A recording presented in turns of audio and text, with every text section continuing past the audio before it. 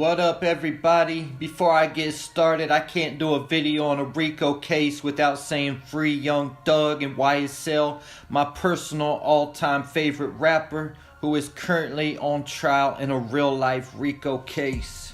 Now, here we are in Power Book 2 Ghost, and we see Jenny Sullivan from the local DA and Blanca Rodriguez from the federal DEA coming together to form a joint federal and local RICO case against the Tejada family, including Tariq St. Patrick, Braden Weston, and Davis McLean. Don't worry, that is the voice I decided to start using when talking about cops and snitches to indicate how weak they are. Remember the meaning if you are a regular viewer of this channel. Before I go any further in this video, let's take a quick look at exactly what a RICO case is. A RICO case is a United States federal law that provides for extended criminal penalties and a civil cause of action for acts performed as part of an ongoing criminal organization. To violate RICO, a person must engage in a pattern of racketeering activity connected to an enterprise.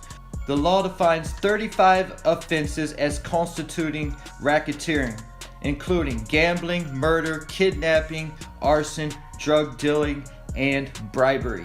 Obviously, with the Tejada family RICO, the key elements they will be trying to prove is the murders and the drugs. We heard Blanca tell Jenny Sullivan that the drugs were the driving force. This is how they are going to prove this is a criminal enterprise in order to prosecute under the RICO.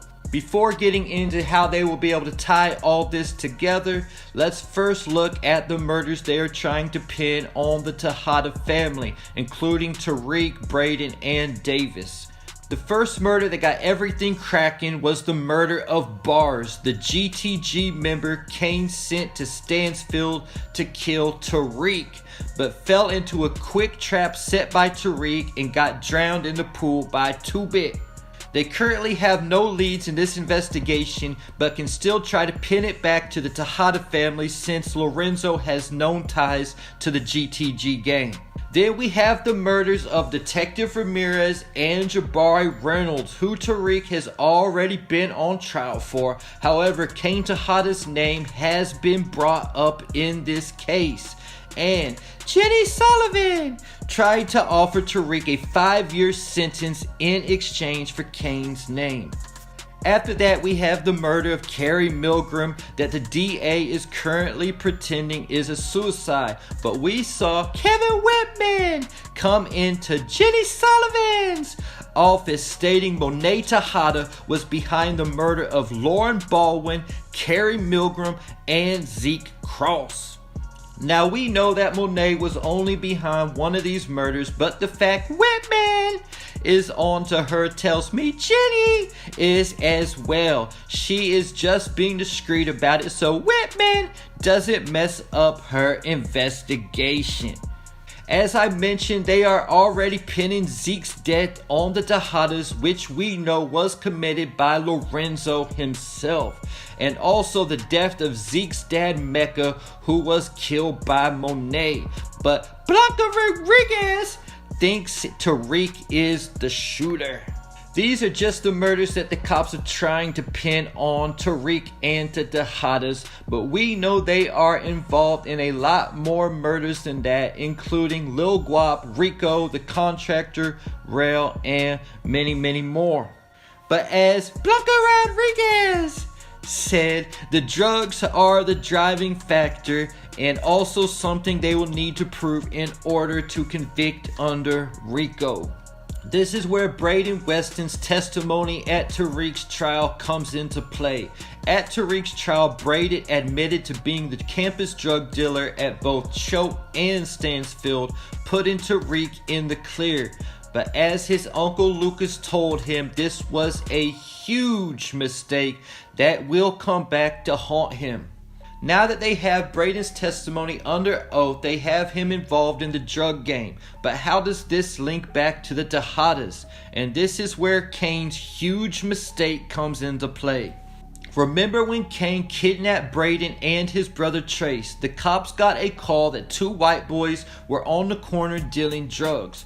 Luckily, they were all saved by Officer Ramirez that night, but the problem is Officer Ramirez's dash cam shows both Braden and Trace getting out of Kane's vehicle and tying Braden's drug dealing to the Tejada family.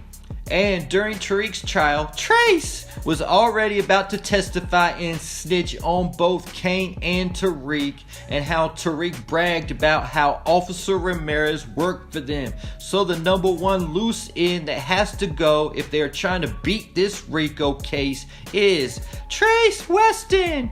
Could Trace Weston be Braden's first kill? Additionally, Lauren caught Kane and Braden on the wire together. This is the whole reason the plan was set in motion to kill Lauren, because she had Kane on the wire. After her car incident, it is unclear how much she has told Jenny Sullivan, but we can assume that Jenny knows that they tried to kill her. This is just all the cops have on the Tejadas and Tariq so far. Now we will see exactly how much more they can get, and if they can get enough evidence from the murders to make any arrest. On top of that, we know that Jenny Sullivan has a CI in their organization. It's hard to say exactly who this is. She could be talking about sex. And of course, Jenny is not going to tell Blanca she is working with sex. It could be Lauren, because again, she isn't going to disclose that Lauren is alive. And a whole lot of people in my comments been saying Effie is the CI. They also mentioned that they wanted to take down Davis McLean as well, saying he was serving as the Tejada family consigliere heir. They can for sure tie Davis to the Tejadas considering he is their attorney, but as far as I know, they still don't have any proof that Davis was involved in any criminal activities. And before I go, we must remember that Tariq has jeopardy in the Ramirez and Jabari Reynolds murders, and Braden's lawyer got him immunity for testifying. This could be a major factor why Jenny Sullivan is trying to convict under the RICO Act.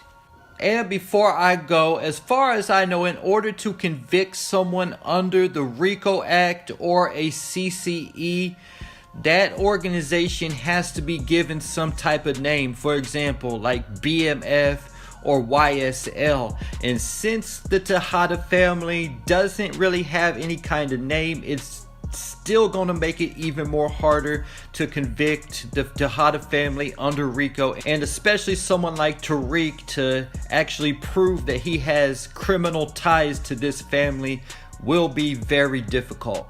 And there you have it. Leave your thoughts on the Tejada family RICO case and Ghost Season 3 in the comments.